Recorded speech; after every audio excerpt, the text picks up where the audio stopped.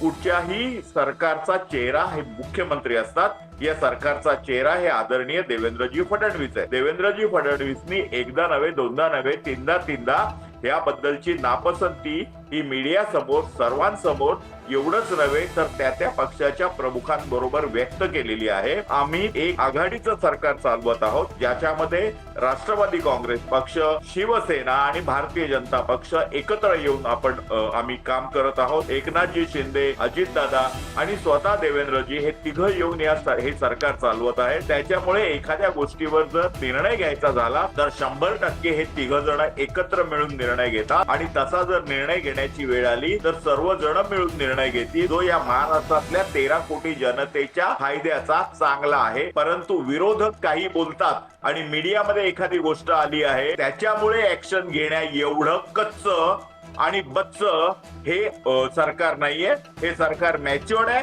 आणि या सरकारला काय निर्णय घ्यायचा हे माहिती आहे। 70% जनता या महाराष्ट्रातली या सरकार बरोबर आहे आणि यामुळे या विरोधकांना कोण हिंग लावून पुसत नाहीये। त्याच्यामुळे त्यांना आता काय करू आणि काय नकोसं झालेलं आहे, त्यामुळे ते शिव्याशाप देतात। हे सरकार नालायक आहे, मूर्ख आहे वगैरे वगैरे।